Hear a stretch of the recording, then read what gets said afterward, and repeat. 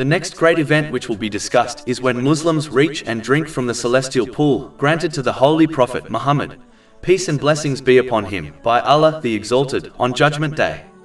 There are many narrations which discuss the celestial pool, such as the one found in Sahih Bukhari, number 6579.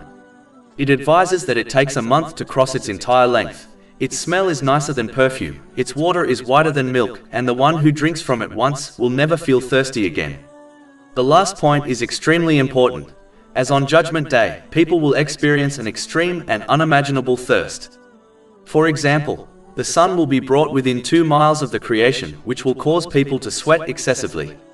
This is confirmed in a narration found in Jami' at-Tirmidhi, number 2421.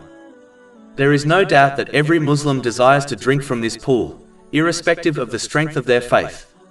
But it is important to note that a Muslim should strive to make themselves worthy of drinking from it, instead of simply hoping to achieve this. This is achieved by fulfilling the commands of Allah, the Exalted, refraining from His prohibitions, and by facing destiny with patience according to the traditions of the Holy Prophet Muhammad, peace and blessings be upon him. In addition, Muslims must avoid the disobedience to Allah, the Exalted, especially those actions which prevent one from reaching the celestial pool.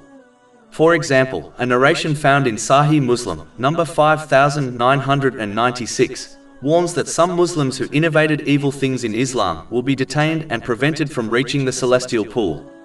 Another narration found in Sunan and Nasai, number 4212, warns that those who support and believe the lies and wrong actions of the unjust rulers will not reach the celestial pool. So it is important for Muslims who desire to reach and drink from the celestial pool to avoid disobedience to Allah, the Exalted, and strive in His sincere obedience.